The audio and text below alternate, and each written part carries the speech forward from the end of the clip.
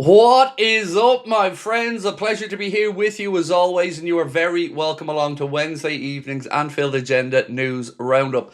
Today we're going to be discussing the list of defensive midfield targets for the Reds as per Anfield Watch. We're going to be talking about a bit of revisionism from Jamie Carragher around Liverpool's current squad. We'll be discussing Xabi Alonso as one club puts the cards on the table and are trying to lure him to a new division to, well, ply his trade in.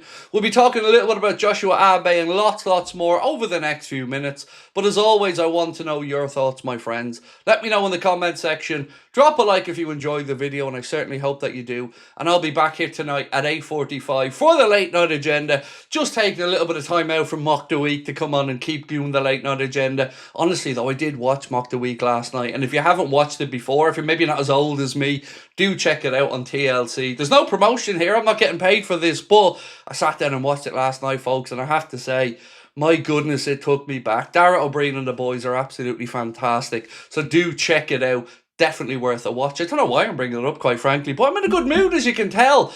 So let's get stuck into it. We're going to start off with Ben Spochak for Anfield Watch saying, if Liverpool qualify for the Champions League next season, and let's hope that we do, one of the players on their shortlist to bolster their midfield is Real Madrid's Eduardo Camavinga. Now look, I'm a big fan of Camavinga. I don't believe this link, not because I don't believe Benz. I just don't really believe that Liverpool will go and do business with Real Madrid. It's not something historically we've done, that we've put down a lot of money for one of their players. So love them, just don't think it's possible. But Benz has gone on to give a list of the players that he believes, and Anfield Watch believe, that Liverpool are interested in, and it is quite an interesting list. Let me take you through it. So, alongside Real Madrid's Eduardo Camavinga, Liverpool have Crystal Palace's Adam Wharton, Nottingham Forest's Elliot Anderson, AZ's Keith Schmidt, PSG's Warren Zaire-Emery, and Lille's Ayoub Boadi on their midfield shortlist for the summer. Now, I was good up until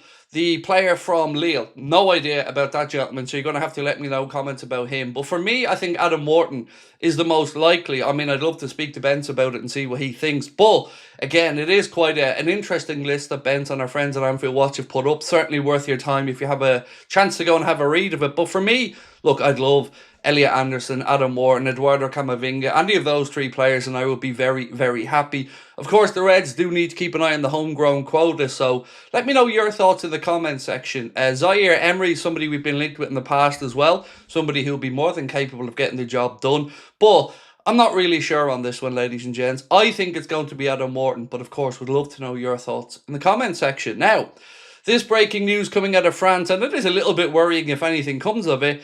This piece here said, breaking, Marseille consider Xabi Alonso for the managerial job. However, the current instability around the club has not attracted the former Real Madrid coach. Now, I hope that continues to be the case, because we don't want to lose out on Alonso if, and I do have to say if, we do change coaches in the summer. Now, I'm going to move on to Jamie Carragher in a minute to talk about, well, his revisionism around the current squad and how it wasn't really the tone in the summer. But let me know your thoughts on this one. Personally, I think Alonso would be above move to the likes of Marseille right now. If it was at the start of his career, before maybe he'd done the Leverkusen job, gone over and taken over Real Madrid, I just think going to Marseille right now, well, it would be a backward step in his career. With all due respect to our friends over in Marseille, I just don't think that they have much of a chance to get Xabi Alonso in there. But you can see his name already being started to be thrown around there with some new jobs. Right, let's talk team talk for a second. They've said the Paris Saint-Germain and Liverpool have entered the race to sign Aston Villa and England star Morgan Rogers. The French club have been monitoring the 23-year-old throughout the season, while Liverpool are now keen to rival Manchester United and Arsenal for his signature. Rogers' camp are aware of the growing interest. The midfielder tied to Aston Villa until 2031, and any deal would require a significant fee. For me in this one, folks, I just don't see where he plays in the Liverpool team. You know, to the best of my understanding, he plays mainly as an attacking midfielder. We don't really have space for an attacking midfielder. If he could operate off the left-hand side, well then, perhaps we could have some joy there. But for me, again, I just don't see this one happening. Premier League to Premier League club, you were talking a lot of money involved in this one.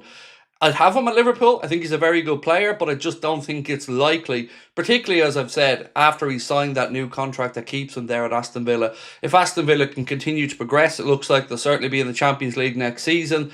Well, maybe they'll be able to convince him to stay a little bit longer. But do let me know what you think about the links to Morgan Rogers and whether you would think he would be a good fit to come in to the Liverpool side. Now, I want to just shift our focus, for a moment to Joshua Abde. So James Pearce has been speaking a bit about the battle to keep Joshua Abde at Liverpool, and this is what he's had to say.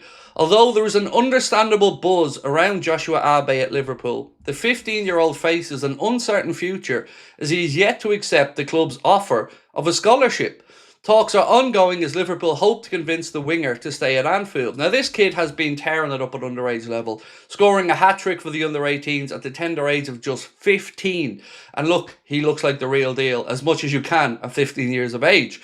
James Pearce also said, Liverpool currently limit most of their first-year pros to a basic salary of about $52,000 per year, plus bonuses, so about $1,000 a week basically. It's a policy designed to reward progress and keep youngsters hungry and driven, but other elite clubs are prepared to offer more guaranteed riches. This is the problem, isn't it, with underage players? Do you give them too much too soon? Do you give them big money contracts, buy their parents a house, do all these kind of things that we've seen done before? Or do you stick to your guns like Liverpool, hope that they see the bigger, longer-term picture and stick around? A little bit more on that in a moment, but I do want to know your thoughts on it. If Liverpool are to lose this youngster, 15 years of age, there's no guarantees at 15 that you will go on to make it.